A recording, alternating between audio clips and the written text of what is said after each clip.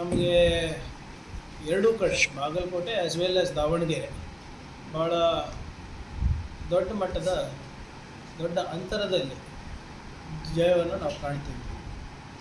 ನಮ್ಮ ಸಾಮಾಜಿಕ ಹಾಗೂ ಆರ್ಥಿಕ ಸಬಲೀಕರಣದ ಕಾರ್ಯಕ್ರಮಗಳಾದಂಥ ಗ್ಯಾರಂಟಿ ಯೋಜನೆ ಮತ್ತೊಮ್ಮೆ ನಮಗೆ ಕೈ ಹಿಡಿಯುತ್ತೆ ಅಂತ ನಮ್ಮದು ಸಂಪೂರ್ಣವಾದಂಥ ಭರವಸೆ ಇದೆ.